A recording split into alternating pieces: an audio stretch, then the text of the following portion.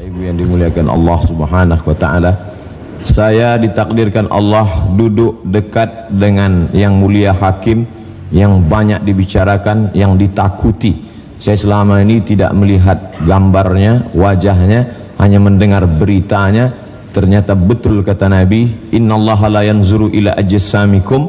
Allah tak menengok bentuk, rupa, fisik, wajah, badan, urat, tulang, darah, daging, jantung kamu, tapi yang dilihat Allah adalah ada yang bergetar dalam diri jiwa kamu.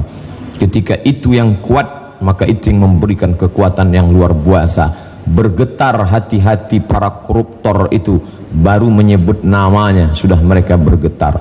Kenapa? Ketakutan adanya kekuatan dalam diri. Kekuatan itulah yang dipupuk dalam bulan Ramadan ini. Allah menyebutnya dalam Al-Quran, la'allakum tattaqun. Bahasa kita kekinian integritas. Bagaimana orang merasakan, bukan takut karena CCTV, bukan karena takut atasan, tapi karena takut kepada dia. Siapa dia? La ta'khudhuhu sinatun wala naum. Dia yang tidak mengantuk, dia yang tidak tidur. Itu kita rasakan paling lama 10 menit. Dalam solat zuhur tadi kita takut kepada Allah. Dari mulai takbiratul ihram, Allahu Akbar. Tidak ada satupun di masjid ini yang berani melihat ke atas. Padahal kalau saya rasanya sangat terpancing untuk melihat.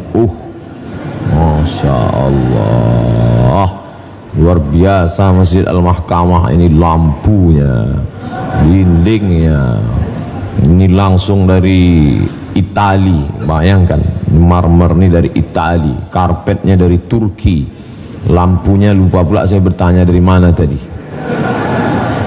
ukiran-ukirannya, terpancing kita. Tapi Abdul Somad, jangan kau lihat karena engkau takut kepada Allah. Itulah makna ihsan. Islam nampak, kelihatan, syahadat kelihatan, solat kelihatan, zakat kelihatan, puasa kelihatan, haji paling kelihatan. Saya tidak tahu DKI Jakarta. Kalau Pekanbaru, Riau, Store 2017 berangkat 2031. Tiap tahun kenduri. 2030 mati. Ketahuan di atas Islam ini tidak lagi kelihatan. Itulah iman. 6. Antu'mina billah wa malaikatihi wa kutubihi wa rusulihi wal yawmil akhir wa biqadri khairihi wa syarrihi. 6 tak kelihatan. Yang paling atas inilah puncaknya, ihsan. Islam, iman, ihsan. Anta'budallaha ka'annaka tarah. Kau sembah Allah seakan-akan kau lihat dia. Fa illam takun tarah. Kalau matamu tak bisa melihat dia, fa innahu yarak. Dia yang melihat engkau. Pada saat salat kita merasakan kehadiran Allah melihat engkau. Iyyaka na'budu wa iyyaka nasta'in. Ihdinas shiratal mustaqim. Shiratal ladzina an'amta 'alaihim ghairil maghdubi 'alaihim. Pelan-pelan bacanya. Salat qabliyah, salat ba'diyah, pelan baca. Allahu akbar kabira. Walhamdulillahi katsira. Saya lihat bapak itu lama sholatnya Pak Ustaz, ya, karena dia baca pelan-pelan. Tapi sekarang orang sholat, Masya Allah, iftitah, fatihah, ayat satu nafas. Ombus. Kalau ada satu yang bertanya, kamu kenapa cepat sekali? Itu bapak itu lama, maklum baru belajar.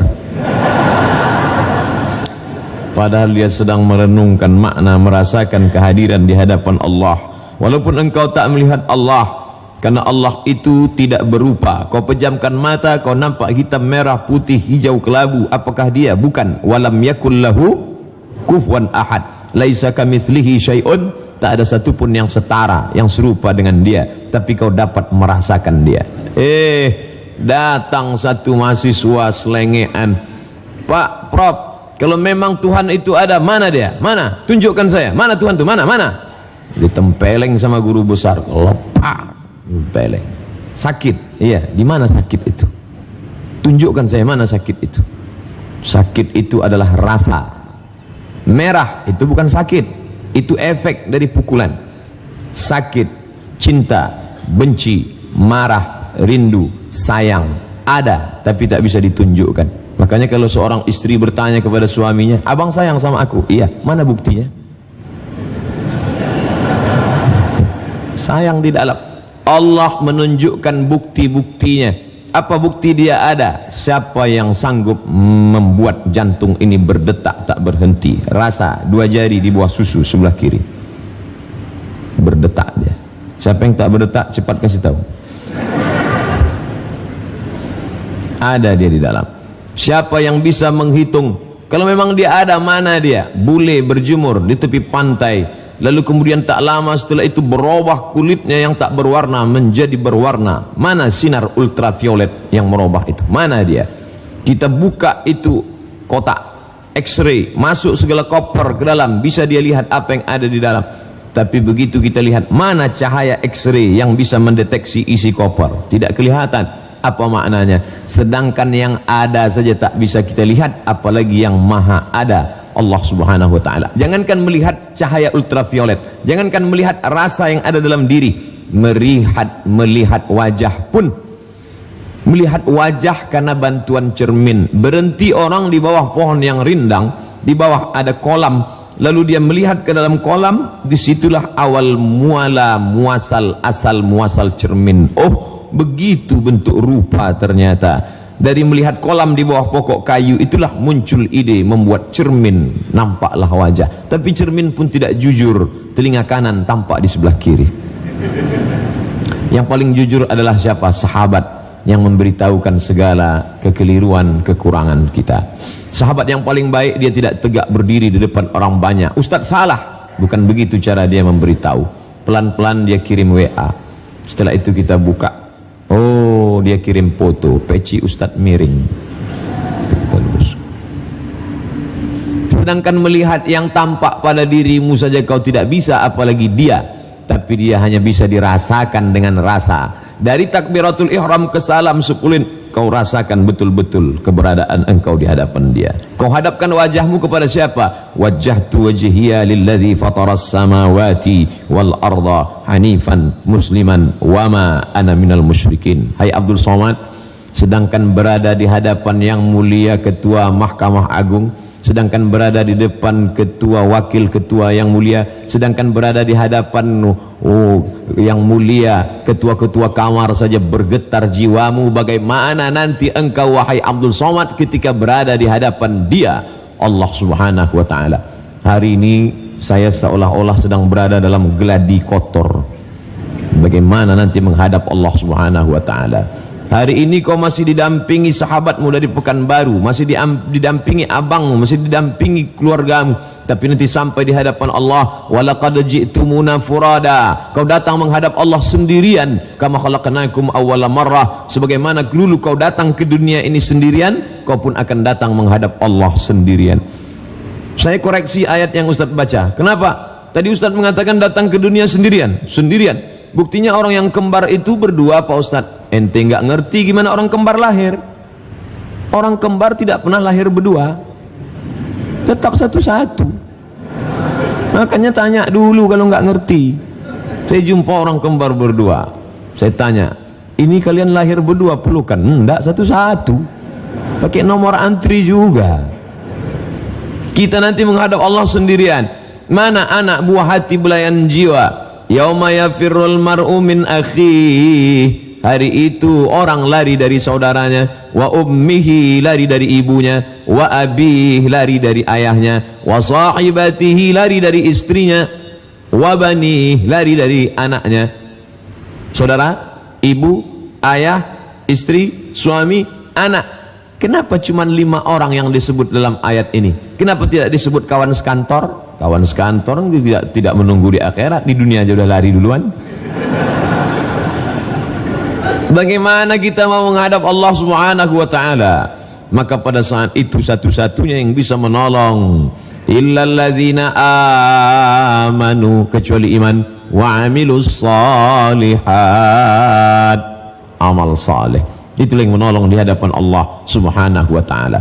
Ketika itu belum ada bulu, belum ada kuku, belum ada darah, belum ada daging. Dia hanya roh berhembus. Wa nafakhtu fihi min ruhi, aku tiupkan roh. Dia hina, warnanya hitam, baunya busuk, letaknya rendah di bawah tapak kaki, tapi kemudian bisa derajatnya lebih tinggi daripada malaikat yang terbuat dari cahaya. Siapa dia?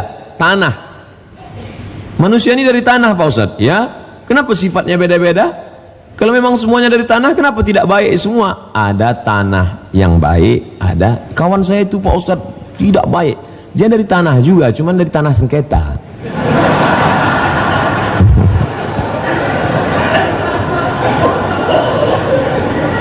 Tanah yang hina, rendah, hitam, bau, busuk, dipijak. Kenapa kemudian bisa malaikat-malaikat bersimpuh sujud kepadanya? Satu penyebab tanah itu menjadi mulia, karena Allah tiupkan ruh ke dalamnya. Fanafakhtu fihi min ruhi, aku tiupkan ruh ke dalamnya. Ruh masuk ke dalam jasad, ditiupkan, dan keluarnya juga bertiup. Ruh itu nanti keluar bertiup. Makanya mata melotot menengok ruh keluar. Setiap orang yang mati matanya mesti melotot. Dan ibu latihan dari sekarang memejamkan mata bapak. Jangan sampai kita datang ke masjid nyari Pak Imam. Pak Imam bisa datang ke rumah, kenapa? Papa dari tadi matanya terbuka. Kan malu kita. Apalagi videonya baru aja di-share, kolah bulan, kolah bintang. Jangan terlalu lama pergi, setengah napasku hilang. Begitu dia mati, mata melotot, kita pun takut. Oleh sebab itu maka kalau engkau dimuliakan orang, wahai Abdul Somad, disambut, diundang, dijemput, dihantar. Saya datang kemari, Masya Allah. Di mana-mana kalau orang ngundang saya, tidak pernah pakai proposal, tidak pernah pakai diundang, karena pakai HP aja ngundang. Ada dari salah satu sekolah nelpon saya jam 9 pagi. Assalamualaikum. Waalaikumsalam. Ustaz Somad, iya, bisa kami pakai besok pagi, kata. Apa maksud kamu? Lama saya termenung.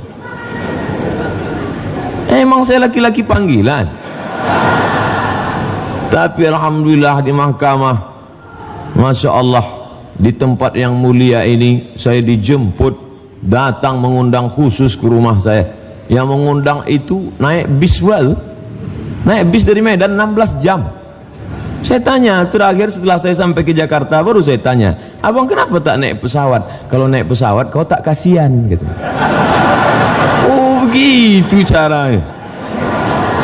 Jadi macam-macam. Rupanya orang kalau sudah berkecimpung di dunia pengadilan ini, pandai dia meluluhkan hati kita.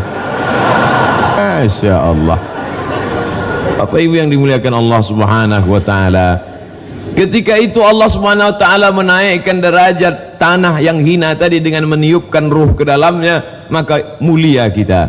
Kita semua ini mulia. Kenapa? Ketika ada ruh di dalam. Tapi ketika ruh dicabut oleh Allah Subhanahu wa ta'ala, rumah itu besar, mewah, megah. Kita yang mencari arsitek terbaik dari Institut Teknologi Bandung. Tapi kemudian ketika ruh sudah tercabut dari jasad, pagi dilihat, petang dijenguk, malam ditengok, fotonya diperhatikan. Begitu rumah sudah mulai siap, tinggal buka kunci, ternyata ada yang lebih cepat daripada kunci. Siapa itu? Malaikat maut. Kemana Bapak Fulan yang terakhir kemarin mau menempati rumah, padahal Ustadz sudah diundang mau membacakan surat Yasin, mengusir hantu jembalang tanah. Tidak sempat terbaca. Lalu siapa yang menempati rumah itu? Orang lain. Berapa banyak orang mencari harta tak sempat menikmatinya. Berapa banyak orang memprogramkan masa depan tak sempat mencicipinya. Begitulah hebatnya kematian. Saya sebetulnya tidak mau cerita kematian di Mahkamah Agung. Saya tidak ingin selesai cerita kematian lalu semuanya keluar dalam keadaan mau mati. Bukan itu tujuan kita. Tapi dalam Islam bahwa orang disuruh mengingat itu supaya dia menjadi rem. Hawa nafsu ini gasnya, digas terus 200 km per jam. Tapi kalau tidak ada rem, dia akan menabrak, dia akan masuk ke jurang. Maka ada rem. Direm terus, tidak bisa jalan. Ditekannya terus rem. Kenapa tidak kau tekan gas? Aku takut jatuh, tidak berjalan. Harus ada masa menggas, harus ada masa merem. Di bulan ini kita rem semuanya. Mata kita rem, telinga kita rem, hati kita rem, otak, pikiran, semuanya kita jaga di hadapan Allah Subhanahu wa ta'ala.